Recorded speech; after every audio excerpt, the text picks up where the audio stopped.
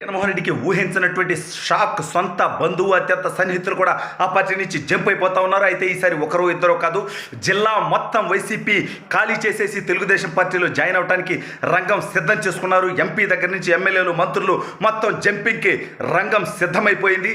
అసలు ఇంతకీ ఏ జిల్లా, ఎందుకు వాళ్ళందరూ జంప్ అవుతున్నారు అనేది ఈ వీడియోలో వివరించబోయే ముందుగా ఇప్పటివరకు మన ఛానల్ సబ్స్క్రైబ్ చేయని వాళ్ళు ఖచ్చితంగా సబ్స్క్రైబ్ చేయండి, మరో 10 మందితో చేయించండి. ఇక విషయానికి వస్తే జగన్మోహన్ రెడ్డి వైనాట్ 175 అంటున్నాడు, వైనాటు కుప్పం అంటున్నాడు. కానీ వాస్తవ పరిస్థితి వైనాటు పులివెందుల అనేటువంటి బొక్కబడేటువంటి పరిస్థితి ఉంది. తల్లి చెల్లి కూడా రివర్స్ అయిపోయిన తర్వాత అయితే ఇప్పుడు ఒక జిల్లా మొత్తం ఎత్తిపోయేటువంటి పరిస్థితి.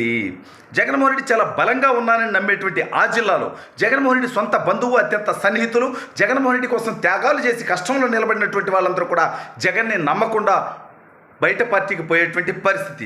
ఒక్కసారి గమనిస్తే ప్రకాశం జిల్లా గత ఎన్నికల్లో తెలుగుదేశం పార్టీ 4 ఎమ్మెల్యే స్థానాలు గెలిచింది, వైఎస్ఆర్ కాంగ్రెస్ పార్టీ 8 స్థానాల్లో గెలిచింది.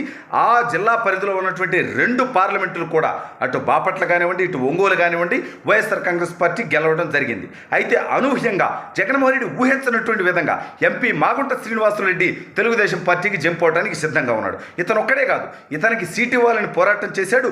2 సార్లు జగన్ కోసం మంత్రి పదవి త్యాగం చేసిన జగన్మోహన్ రెడ్డి బంధువు బాలినేని శ్రీనివాసరెడ్డి. ఎక్కడే గమనించాల్సింది ఏంటంటే జగన్మోహన్ రెడ్డి నెత్తి పిడుగు లాంటి వార్త.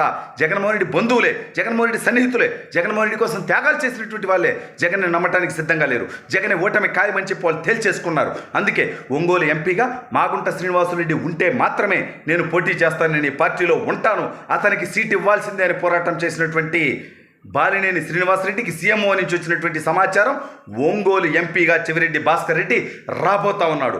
మిస్ ఫైర్ అయితే మన లపాకీ తుపాకీ లాంటి యొక్క జబర్దస్త్ మాజీ జడ్జి రోజాని పంపిస్తాం తప్ప మాగుంటకి సీట్ ఇవ్వం. ఎందుకంటే 150 కోట్ల రూపాయల డబ్బు డిపాజిట్ చేయమంటే అతను ఇవ్వనన్నాడు. చంద్రబాబు నాయుడు గారిని, లోకేష్ గారిని, పవన్ కళ్యాణ్ గారిని తిట్టమంటే అతను దానికి ససేమిరా అన్నాడు. కాబట్టి అతనికి సీటు లేదు, నీకు మాత్రం సీట్ ఇస్తాం, ఉంటే ఉండు, మింగితే మింగు అనే టైపులో సీఎంఓ నుంచి సమాచారం రావడంతో ప్రకాశం జిల్లా అట్టుడికి పోయేటువంటి పరిస్థితి. ఒక్క బాలినేని, ఒక మాగుంటకి సంబంధించినటువంటి సమస్య కాదు ఇది. కర్ణం బలరాం గారు తెలుగుదేశం పార్టీలో బలమైనటువంటి నాయకుడిగా జిల్లా మొత్తం శాసించినటువంటి వ్యక్తి బాలినేని కన్విన్స్ చేయడంతో ఆ పార్టీలోకి వెళ్ళినటువంటి వ్యక్తి. అయితే ఇప్పుడు అతను బాలినేనికే స్థానం లేని చోట నేను ఎందుకుంటానని అతను కూడా తెలుగుదేశంలోకి రావడానికి సిద్ధంగా ఉన్నాడు.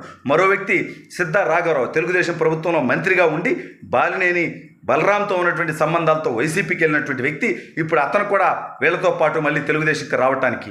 అదేవిధంగా సంతనూతలపాడు ఎమ్మెల్యే సుధాకర్ బాబు, అతనికి ఆల్రెడీ సీటు లేదని తేల్చేశారు, అతను కూడా తెలుగుదేశం పార్టీకి రావడానికి సిద్ధంగా ఉన్నాడు. అదేవిధంగా కొండెపిలో కానీ ఎర్రగొండపాలెంలో కానీ తాను కోరినటువంటి వ్యక్తికి సీటు ఇవ్వలేదు అనేటువంటి అసంతృప్తిలో బాలినేని ఉన్నాడు. అదేవిధంగా మార్కాపురం, గిద్దలూరు, ఒంగోలు విషయంలో కూడా అతని మాట చెల్లుబాటు అవ్వకుండా చివరికి మద్దిశెట్టి వేణుగోపాల్ని ఒంగోలు ఎమ్మెల్యేగా తెస్తామని, బాలినేని గిద్దలూరు బొమ్మని, లేదంటే రకరకాల ఈక్వేషన్లు చేయడంతో మొత్తానికి మద్దిశెట్టి వేణుగోపాల్ కూడా అసంతృప్తిగా ఉన్నట్టు తెలుస్తూ ఉంది. ఈ రకంగా చూస్తే ఒంగోలు జిల్లా మొత్తం ఎత్తిపోయేటువంటి పరిస్థితి. మంత్రిగా ఉన్నటువంటి ఆదిమూలం సురేష్ని ఎర్రగొండపాలెం నుంచి తీసుకెళ్లి కొండెపులో వేస్తే ఇక్కడ పరికినాని చెత్త అక్కడ బంగారం అవుతుందా? కొండెపులో చిత్తుగా ఆ యొక్క సురేష్, ఆదిమూలం సురేష్ ఓడిపోవటానికి అక్కడ ప్రజలు కంకణం కట్టుకున్నటువంటి పరిస్థితి. ఎందుకంటే ఎర్రగొండపాలెంలో అతని అవినీతి, అరాచకాలు, దుర్మార్గాలు వాళ్ళకి తెలుసు. అయితే జగన్మోహన్ రెడ్డి ఏమనుకున్నాడంటే కడప జిల్లా తర్వాత నెల్లూరు జిల్లా, అదేవిధంగా కర్నూలు జిల్లా, ప్రకాశం జిల్లా చాలా బలమైనటువంటి నాయకత్వం ఉందని అతను నమ్మాడు.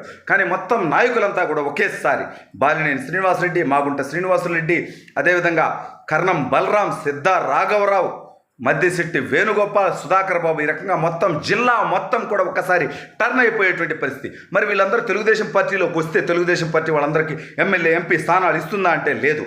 ఈ వచ్చే 6 మందిలో 2 నుంచి 3 మాత్రమే వాళ్ళు సీట్లు ఇస్తున్నటువంటి పరిస్థితి.